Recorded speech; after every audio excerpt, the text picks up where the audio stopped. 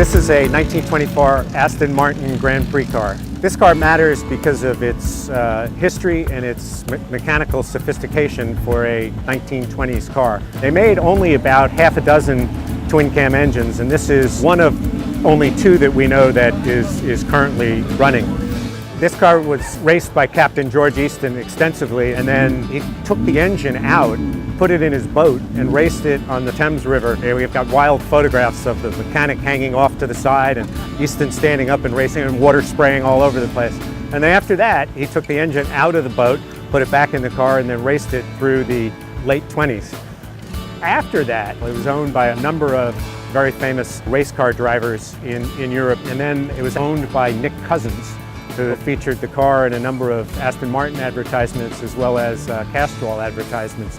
The Aston Martin twin-cam engine was a very unique engine. It's a solid cast-in head with 16 valves, 4 cylinders, 1.5 liters, Solex carburetors, and a Bosch magneto ignition system.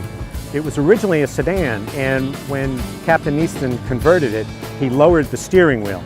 And Aston Martin race cars have the accelerator pedal in the middle.